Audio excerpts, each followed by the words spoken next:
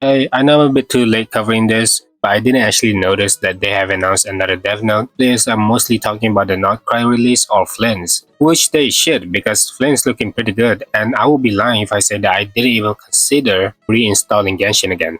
But hey, let's talk about the new endgame content they're trying to make here. UGC stand for User Generated Content. Now this could lead to many things. What comes to mind are usually something like Minecraft or Roblox, and Roblox of course has a lot of minigames, and some of these minigames have implemented game mode like PvP. We don't know exactly what Genshin is trying to do with this game system here, but from the notes that they've given here, they are kind of vague. And obviously they're trying to keep it like a surprise when they finally release the game mode. But I would say this part right here, it looks something like a Minecraft. It is very similar to Serenitia Teapot, which you already have in Genshin Impact. Maybe this time around you can actually make something your own, who knows, right? So the reason why it's like Minecraft creative mode is just because you have your own world and you can just create something for yourself. But I do have a little bit of a problem because Genshin don't share the same freedom as Minecraft due to the way these characters sprint can be really slow at times. The way they jump is very heavy. There's no flexibility. If I were to compare with Wuthering Waves, actually Wuthering Waves would be great for this kind of mini game. Because we have that light character feeling. The feeling of the character has like a freedom. We can fly even to make this kind of game mode a lot more fun. And Minecraft was also able to get away with this due to how fast you can craft and then continuously craft blocks as you jump on it. Meanwhile, Genshin characters animation is what people like to say realistic. The jumping has weight, the running animation is not too fast, they have stamina, all that stuff. All I'm saying is that Genshin just really needs to improve when it comes to their movements in these characters to make this gaming system actually work. Well, without further ado, let's get into this. So believe it or not, if you come to this video waiting for me to crash on Genshin Impact, that is not the case here. I am hoping for this, for Hoyoverse to actually make this work. I would love to see that Hoyo could make this work. But hello Traveler, it's been a while since we've reached out this way. Not long ago we mentioned that a major new gameplay module was in the works. Well, it'll still be some time before it officially launches after months, so it's probably not gonna be next patch or during Notcry. It could be next year for them to release this. That's quite a while actually. So today we're thrilled to share with you some updates, where it all begins with creation and the right tools. And now we've seen the Divine Ingenuity and the picture of the Serenity at Teapot. Now if you don't know what Divine Ingenuity is, this is where Genshin Impact Dev, they give some tools for the players and the players kind of have to make their own game mode basically. And they do give some other game modes of their own, and I've tried playing the game mode made by players as well. And sometimes it is actually much more better than what the dev came up on their own. These imaginative and heartfelt creations have become an essential part of the Genshin Impact community. Yeah, I do agree with that. I think the Genshin Impact community is kind of insane in a way. How they still try to find some fun ways by making this game that is lacking a lot of contents, able to make more content out of it. It is very difficult to do that actually, but these players at the end of the day, they find a way. In some way, I kind of respect that. That's why apart from feeling deeply touched, we were also contemplating what if we could provide creators with a more powerful, more open-ended set of tools. So with this game mode, they are actually trying to find a way to give more tools for the players to actually make something for themselves. So with these tools that they're trying to give us, it is basically going to make Genshin into a sandbox game. And like I said before earlier, I don't think Genshin Impact is the best game for this kind of stuff due to the movement we have from the characters. It's quite limited. That's why it is going to be quite difficult for you to have that freedom, you know, to move around and build stuff. But we will see. We'll just have to see. They have to really try, man. They have to actually make some improvement with the movement of the characters, because if they don't add anything new to the characters, like make them able to fly like Minecraft creative mode or something, you know, like just make them float so that we can just put some blocks by using the characters. I don't know, make it easier, right? If they don't do that, then it's just gonna be another Serenity Teapot, and I don't know, it's just gonna be a disappointment. So what is the UGC gameplay system? UGC will be traveler-driven gameplay system. To put it simply, travelers can design, create, and play their own imaginative game stages.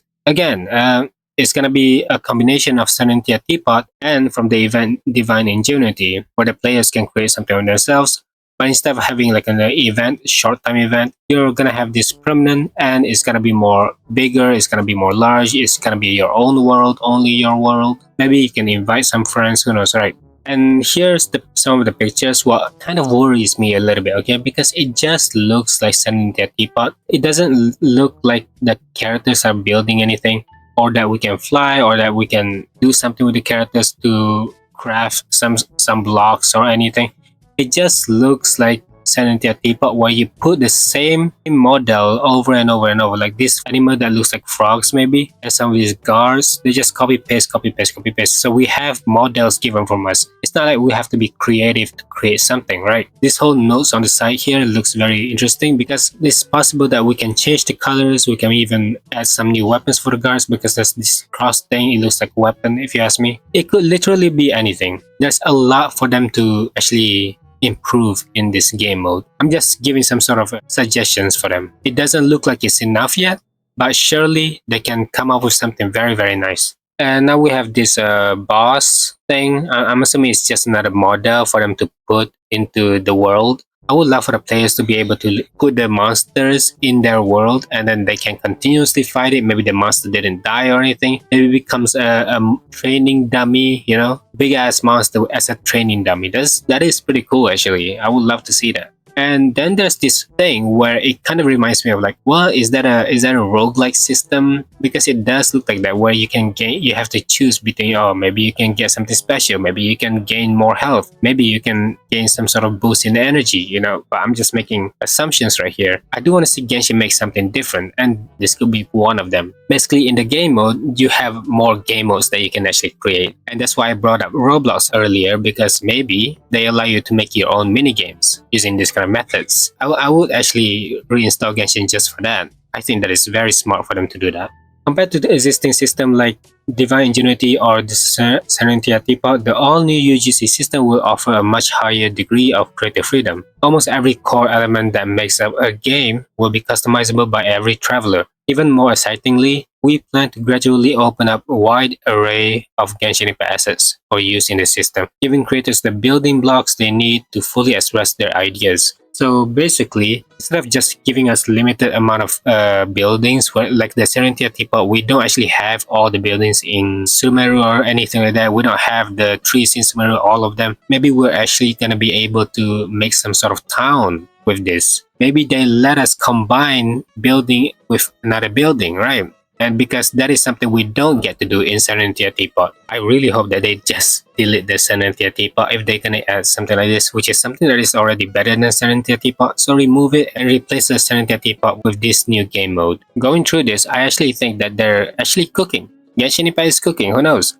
With this highly flexible and powerful editor, alright, they're showing that what this whole game mode is going to give us. Adventure stages, we have simulation, we have survival challenge, we have some party games. I'm hoping that these party games here is going to include some co-op games, right? You can play with your friends, you can play with other strangers as well. You can actually have some PvP for fun, you know? Might as well, right? At this point, because of the lack of content in Genshin Impact, and I don't mean the story content, I just mean like the whole overall content, there is nothing different. We're talking about Spiral Beast, it's the same, it feels the same. Stygian Onslaught, it does feel the same either way, just I recently given it a try. There's not really that different.